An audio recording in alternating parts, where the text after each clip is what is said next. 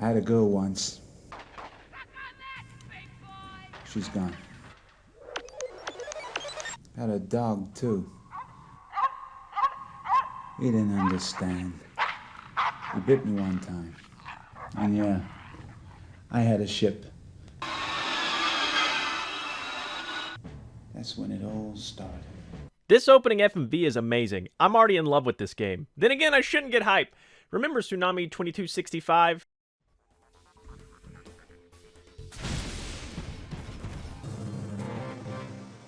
Yes, sometimes intros lie to you. It's a crock of shit. Hardwar, The Future is Greedy, is a 1998 space flight game. You play as a freelance pilot who lives on Titan, Saturn's largest moon. This moon is home to a colony called Optimism. Well, they added misplaced in front of that later because this colony is now a dystopian hell. Major corporations started a mining industry on Titan. Hangars, factories, and real estate were all built in impact craters. These sections are connected by tunnels. One day, the major corporations decided to stop doing business on Titan, and they all left and took space travel tech with them. So Titan inhabitants were just abandoned. No one can get off Titan because their aircraft, called Moths, are not capable of space travel. So you must amass a bunch of money and do a bunch of missions to be able to fit them off with appropriate tech in order to leave Titan. This is easier said than done, of course. Misplaced Optimism is run by warring factions. You got the corrupt police, the pirates, and a few minor corporations that got left behind. Everyone is out for themselves, and everyone wants to kill you. This honestly sounds like the space version of Quarantine. Piloting a vehicle in a sci-fi setting with the intent of escaping a corporate-controlled hellscape. They both have the same kind of premise, and that got me even more hype. I was so excited to start playing this. At the start of the game, you get a choice of profession. After several hours of playing Hardwar, I ended up looking for a walkthrough online. I'll talk more about why later, but I bring it up now because I think a lot of these choices got added in later updates. The way the guides read, they talk about pre- and post-update professions. So if you get the CD-ROM, you might have version 1 and only have half of these. Anyway, the profession decides what moth you start with and which port you start in. You're not forced to stick to one profession, you can do whatever you want. This is a pretty open game. I'm pretty sure professions are just like character sheets. They also determine when the first event starts, but more on that later. Now, I struggled hard when I first played. I picked Scavenger at first. My idea was I would fly low and just search the surface for scrap metal. Not only is this a slow and not fruitful profession, but if you get in a fight, your moth isn't equipped for it, and pirates are going to come for your cargo. Pick the Aggressor. This bad boy starts with the Neo Tiger Moth, and this thing is fitted. It's got Afterburner, which is great for escaping conflicts. Getting attacked? Just zoom away. Better yet, if you enter a tunnel, the AI immediately stops following you. They will not follow you through tunnels. You may call me a coward, but believe me, you too would get sick of seeing this screen. And what's worse is Hardwar pours salt in the wound by just booting you to Windows after death. It's a crock of shit. The Neo Tiger also comes with a laser turret which chews enemies up. It comes with Engine 3 too, which I think is the best engine. You start with some good payloads to use, lastly get a fusion cell, which means you won't need to charge your power. Normally you go to these light tower things to recharge. You can see this guy using it as I'm killing him. The Neo Tiger is stacked. The only thing it's missing is a cargo pod and a salvage drone. But this is an easy fix. You start with a good amount of cash, so you just gotta do a bounty or two, and you can afford a cargo pod and a salvage drone. That way you can collect cargo from the dudes you kill, or try to collect. Anytime cargo drops in a populated area, a bunch of pilots come to collect it, so good luck. Money is earned by several methods. You got trading, which is your standard buy low in one crater and sell high in another. You can research what hubs are asking for, so maybe whatever hangar you're in at that moment in time has it for lower than what they're offering to buy it for. So it isn't a guessing game necessarily. Trading's a pretty comfy thing to do, but you just gotta watch for pirates. You got the previously mentioned bounty hunting, which is pretty lucrative. On top of this, if you kill one faction member, the rival faction will send you some dough.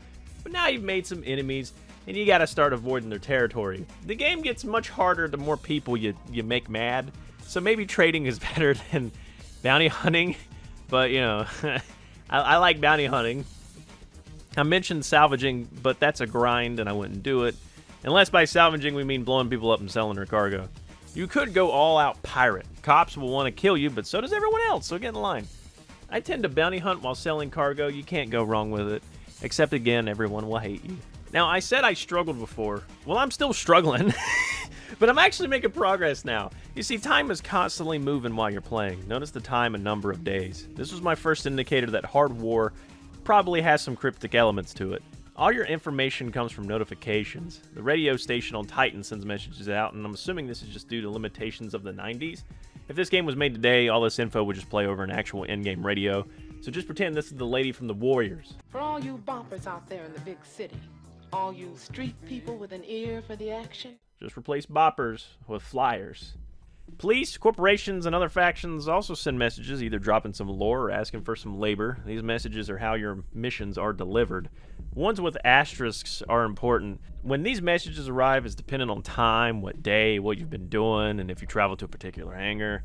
But these messages are all the info you get, so a lot is left for you to figure out. Take this message, for example. Destroy a part of a mass driver. Well, I target the subject. I'm given this big old thing.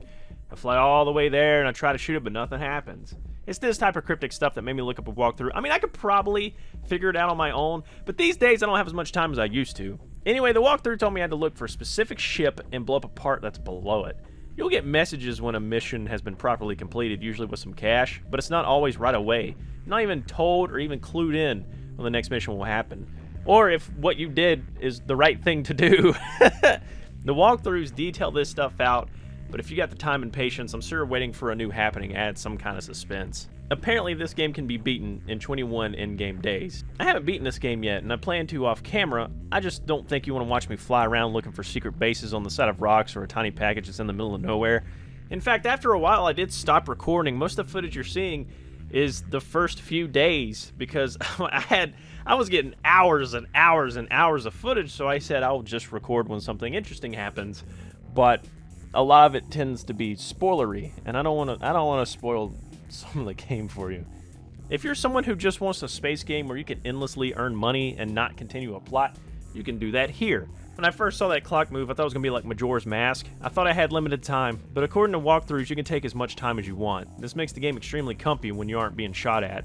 The graphics are fantastic. I love how each crater is different. I love that there's like weather happening and stuff. Hangars are sprinkled about. Some have faction headquarters. Some are completely underground. Some are more dangerous than others. There's all kinds of locations that have cool names, but I have yet to discover if they're anything important. It just feels lived in. You'll see ships docking, fighting each other, collecting scrap. The only thing it's missing is some neon signs and other advertisements. They'd really be Space Quarantine. I would love it if there were some like advertisements being put in the notifications. You know, like, come on down, the Psycho Bobs, we've got good weapons. These awesome graphics and atmosphere with the amazing soundtrack makes for one moody experience. The soundtrack is actually provided by several groups under the Warp record label, hence why the radio station is called Warp FM. So all this music is copyrighted, which is somewhat unfortunate, because this song right here,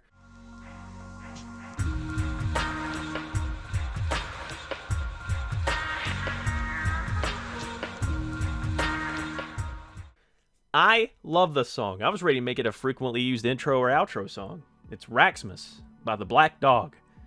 But yeah, this soundtrack is absolutely fantastic and extremely fitting to what's going on in the game. However, to limit the chances of ads, I'm going to go back to playing Moon Tycoon and Sinistar Unleashed OSTs in the background. So you fly around, waiting for events to progress the story, earning cash from whatever method you chose, and just trying to survive. It's honestly a great game that I didn't know existed.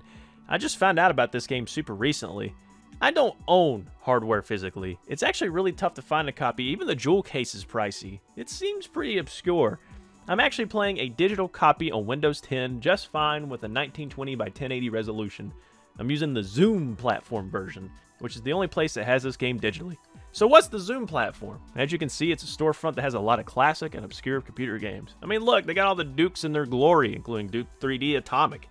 Everything here is DRM free.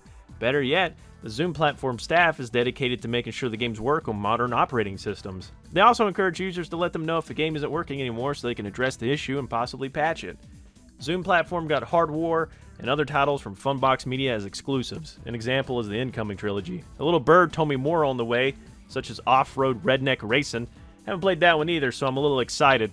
Shout out to the Zoom staff. If it wasn't for them, I wouldn't have known Hardwar existed. Also, big thanks to them for letting me have early access to Hardwar so I could have this review ready for launch day. I'll throw a link to the Zoom platform in the description below. So, what's left?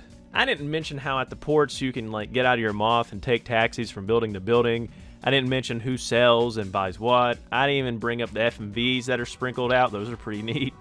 I haven't shown what each crater looks like. I've also tried to avoid plot developments. I had to show a couple for some examples, but I didn't show a whole lot because there is a story. Well, there is, and while it's kind of limited in how it's delivered, I still don't want to spoil it. That just means you have a lot to discover and see for yourself. I highly recommend Hardwar. I hate that I did not know this existed till now. I would have loved this when I was going through my space flight phase, back when I played Tachyon, most wing commanders and elites, and attempted battle cruiser. I still need to play Freelancer. I'm not sure what the holdup for me is there.